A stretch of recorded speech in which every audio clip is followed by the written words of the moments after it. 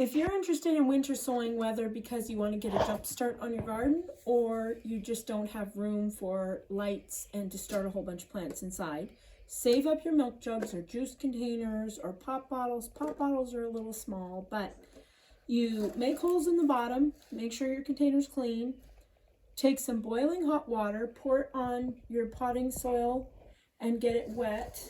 It needs to be pretty wet. And then you put it in here. You don't want to overfill this with seeds. You want to leave some space between the seeds so that the roots have room to spread out. But basically this is like giving it a mini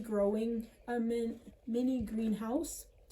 And anything that requires cold stratification, you can do a close-up on the picture on the list. These are some of the things you can winter sow.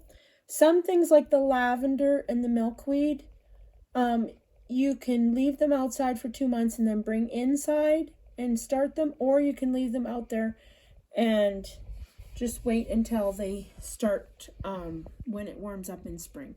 Anyways, so once you have your soil moistened, and then after the hot water is killing any bugs that could overwinter in the soil, then you're going to let it cool, fill up your milk jug, plant your seeds with space in between.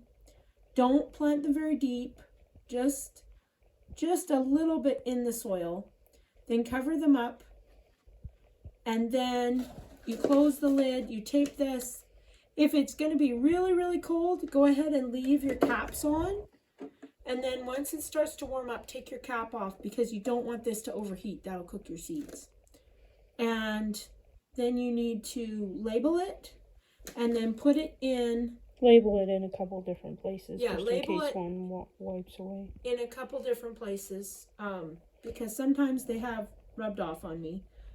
Then put it in a location that gets some sun but not total sun, and then wait and see and check once a week for sprouts. And then once it starts sprouting, take the cap off unless you get a really cold snap. And then once it starts to grow, you can water through the top, or you can untape it and water inside and then tape it back up again.